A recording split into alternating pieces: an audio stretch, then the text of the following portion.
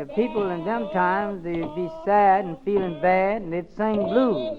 They didn't know how to sing nothing else, but that old feeling come to them. That's what they call the blues, that old feeling. I don't guess they know what they had to say, but they began to sing.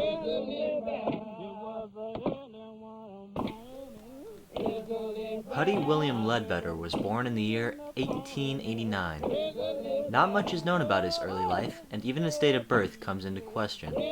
However, there is one thing for certain. The life of Huddie William Ledbetter was far from ordinary. His career was a rough one.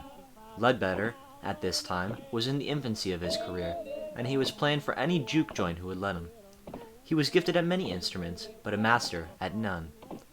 At the age of 26, Ledbetter would get arrested for the first of many times, but he didn't let that slow him down, and escaped under a false name later that same year.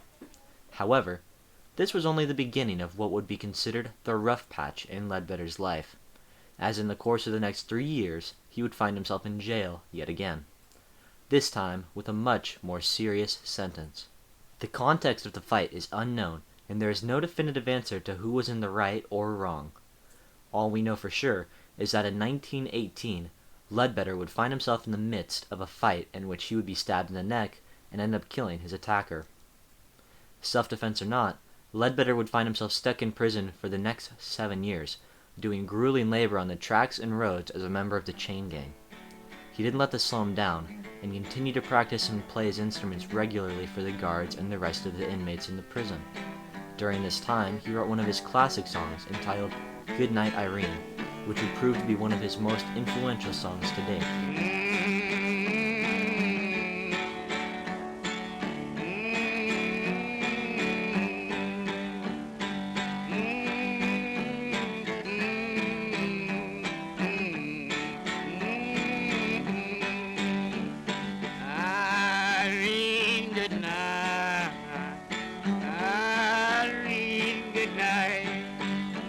Goodnight, Irene. Goodnight, Irene. I guess you're in my dreams. However, even after being pardoned and released after 7 long years, Ledbetter, who was now better known as Leadbelly in the prison system, would find himself caught in trouble with the law once again, and returned to prison in 1930 after just 5 years of freedom. Fortunately for him, this stroke of bad luck would turn out to be one of the most important moments in his musical career, as it was at this time that he was discovered by John and Alan Lomax, who would return to record hundreds of variations of all of his music. Finally out of prison, he began to seek success in the music world, moving to New York in 1936 to attempt a solo career. Contrary to what most people think, his musical success during his lifetime came mostly from his folk and children's music, as opposed to his more commonly referenced blues. He played for largely white audiences who at the time were much more responsive to folk music that he produced. He would never truly break it big during his solo career, and found himself arrested once again in 1939. It was at this point, however, that his name began to be more well known. His iconic use of the 12-string guitar combined with the mystery surrounding his name led his former associate Alan Lomax to raise bail money to get Leadbelly out of jail and back into the music industry. After a short run with Lomax, Leadbelly would continue writing and producing songs until his final big break of his career, where he would sign a record deal with RCA Victor, one of the largest labels at the time. In this deal came some of his most iconic music, such as the Midnight Special. Yonder come a Miss Rosie, how in the world do you know? Well, I know about an apron and the dress she wore, umbrellas on the shoulder. Sadly, however, he would never really find major financial success or fame during his lifetime, and while he was well known, it was said that he lived tour to tour for support. Sadly, after being diagnosed with amyotrophic lateral sclerosis in 1949, while on a tour of Europe, he would pass away at the age of 61.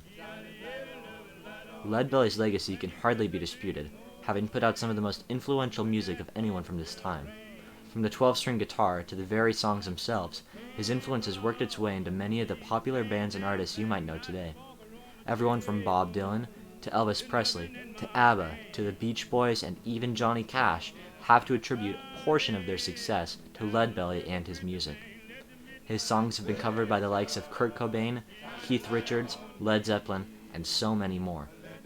He also left a great legacy of political and social activism, having written many songs such as The Bourgeois Blues, which he talked about issues of classism and racism faced by himself and many others at the time. Oh, it's a bourgeois man who lived in a bourgeois town. I got a bourgeois blues, and I'm sure gonna spread the news. Yes, I'm gonna spread it. When the Weavers covered his song Irene, which they titled Goodnight in 1951, it would become the first folk song to reach #1 on the US charts, selling over 2 million copies. So while his past may have been rocky, the music he made set in motion the forthcoming of just about every aspect of rock and roll we love today.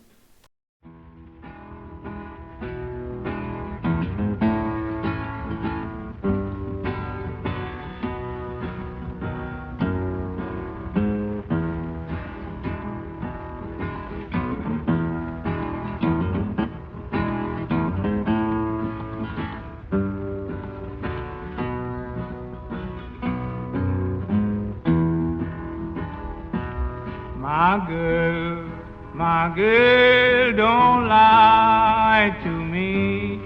Tell me, where did you sleep last night? Come on, tell me, baby. In the pond,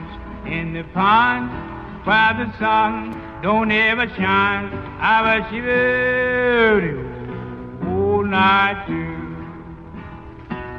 My girl, where will you go? I'm going where the cold wind blows. Where's that, baby? In the ponds, where the sun don't ever shine. I bet you all night too.